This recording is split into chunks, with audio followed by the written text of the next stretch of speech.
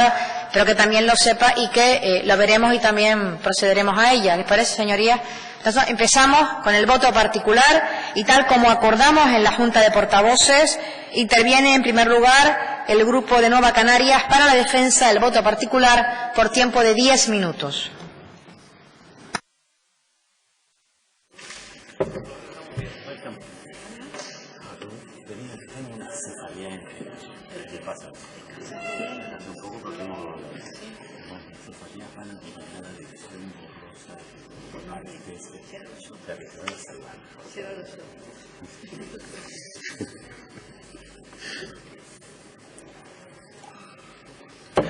Señora Presidenta, Señorías, muy buenas tardes. Señor Presidente del Cabildo y compañía, muy buenas tardes.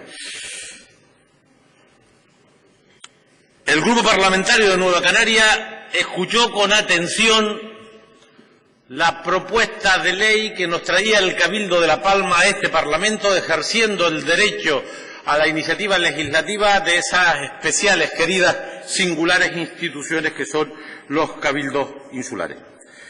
Pretendía, y dijo aquí el presidente del Cabildo de la isla de La Palma, que pretendía con esa proposición de ley modificar puntualmente el artículo 4 y 8 de la Ley 6/2002, entendiendo que era un camino el que se abría con esa propuesta de ley para que el Cabildo tuviera capacidad de ordenar pormenorizadamente el suelo turístico y poder recuperar un conjunto de actuaciones en esa materia que habían quedado, digamos, en el aire en virtud de un conjunto de sentencias. También pretendía el señor presidente un planteamiento razonable y era flexibilizar la superficie necesaria para las instalaciones en suelo rústico que establecía la ley originaria.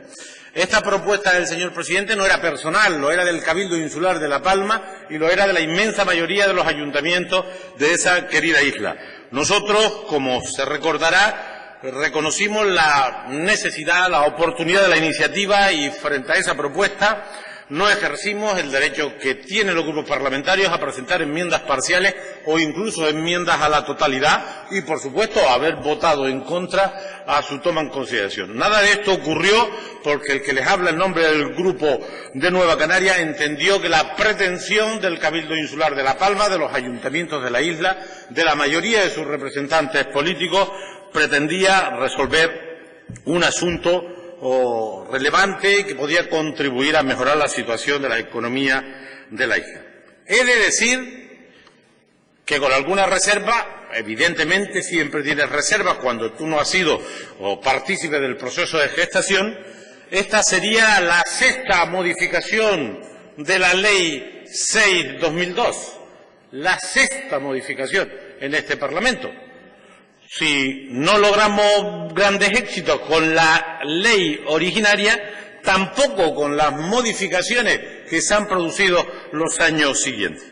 Pero nosotros, porque estaba impregnada de algo que consideramos y respetamos y porque los contenidos estarían en la lógica de una modificación puntual de una norma que se había discutido y consensuado en esta Cámara en su momento por unanimidad, pues planteamos nuestro voto favorable a la toma en consideración e, insisto, no presentamos ni enmiendas parciales ni a la totalidad porque lo que nos pedía el presidente del Cabildo era razonable, proporcionado y compartíamos.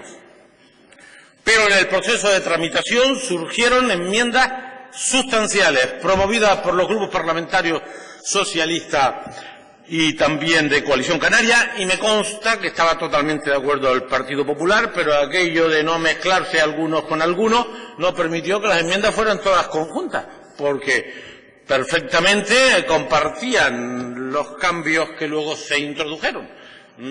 Haciendo justicia, las enmiendas incorporadas respondían a la visión de los grupos parlamentarios socialista, Coalición Canaria y Popular. Cierto es que por separado. A nosotros nos parece que los contenidos que introduce cambian sustancialmente el contenido de la ley, su exposición de motivos, su título, y la transforma en una cosa distinta a lo que aquí nos planteó el presidente del Cabildo. Y además, algunos de esos contenidos nosotros sostenemos más que discutible desde el punto de vista de la adecuación a la legalidad española, europea e incluso constitucional. es nuestra visión, nos podemos equivocar o a lo mejor se equivocan ustedes. Ya veremos. El planteamiento es que ante las dudas que nos generaban los sustanciales cambios, pedimos a la mesa que nos remitiera el informe del letrado que asiste a la mesa para ver si las enmiendas se adecuaban al objeto de la ley. Por cierto, todavía no hemos recibido ese informe. Sorprende que no tengamos el informe por el que el letrado que asiste a la mesa interpreta si las enmiendas se adecúan al objeto de la ley en tramitación. Sorprende. Pero, como ya andamos peinando canas y entendemos cómo funcionan las cosas, hasta lo podemos entender forzando la máquina. Pero no nos quedamos ahí. Pedimos a la mesa de la comisión que, dadas los cambios sustanciales y por seguridad jurídica, parecía razonable pedir un informe excepcional complementario al Consejo Consultivo para que nos dijera a las señoras y señores diputados que hoy votaremos este tema si las enmiendas incorporadas modificaban o arriesgaban, digamos, su compatibilidad con la legislación básica, estatutaria y, por supuesto, constitucional. No se nos respondió verbalmente, sin un solo argumento, no al lugar, ¿no? Bueno, no nos quedamos quietos, nunca nos quedamos quietos algunos.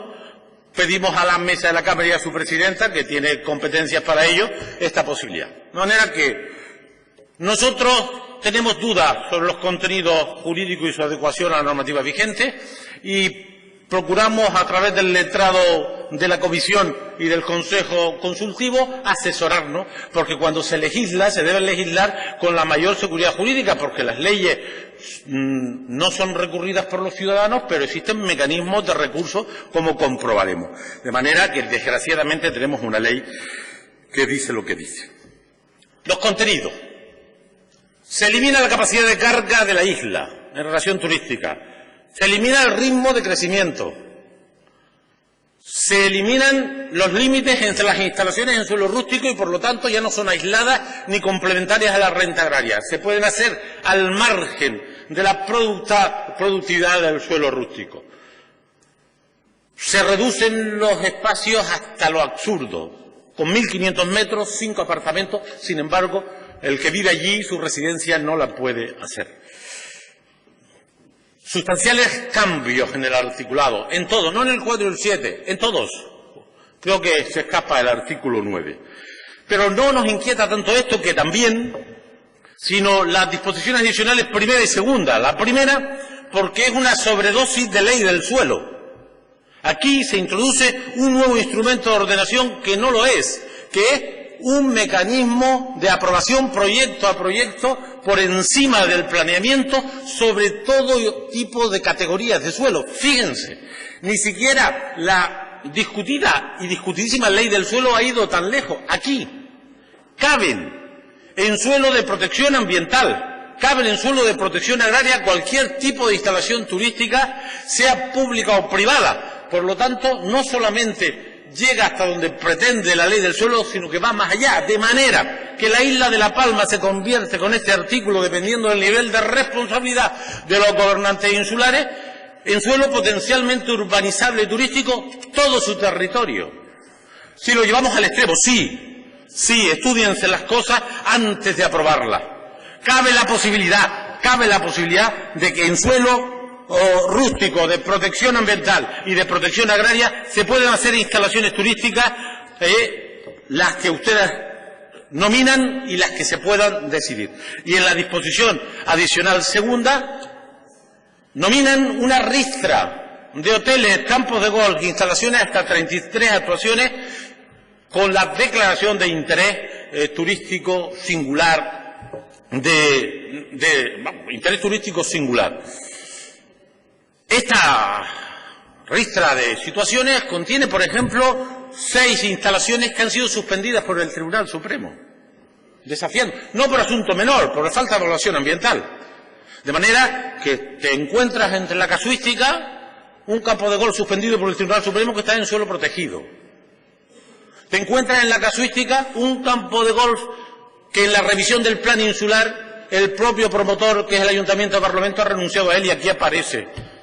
De manera que, en definitiva, señoría, un conjunto de actuaciones que creemos que vulneran el derecho de la gente a poder reclamar y discutir este tipo de decisiones que generan desigualdad de los promotores ante las administraciones, porque los que tengan la declaración de interés insular por ley son de una categoría y los que la tengan a partir de entonces por parte del Cabildo son de otra categoría. En definitiva, señorías, esta ley no es lo que nos pidió el presidente del Cabildo. Esta ley es otra cosa. Esta ley se enmarca en la pretensión de la mayoría política de este Parlamento de una contrarreforma legislativa para volver al pasado, al desarrollismo, a la desregulación, a la discrecionalidad. No importa las razones que justifiquen este tema, se trata sencillamente de cambiar a favor de los intereses de las minorías, poner el territorio y el medio ambiente a...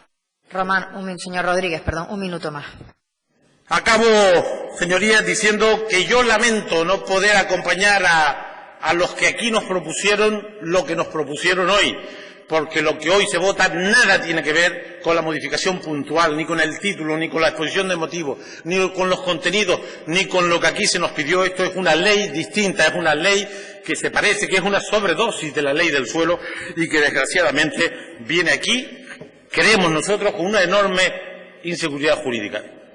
Yo creo, y es evidente, insisto y reitero que me puedo equivocar, que esta norma y sus aplicaciones va a estar judicializada, que aquí hay elementos que la hacen vulnerable frente a la legislación básica del Estado, a la legislación europea e incluso al marco constitucional, y si no al tiempo, y se puede provocar una frustración más a la ciudadanía de La Palma. Lamento que se llegue a este tema sin haber buscado el consenso, el encuentro, que fue lo que nos pidió el presidente del Cabildo y que los grupos mayoritarios de esta Cámara rompieron unilateralmente. Muchísimas gracias. Muchas gracias, señor Rodríguez.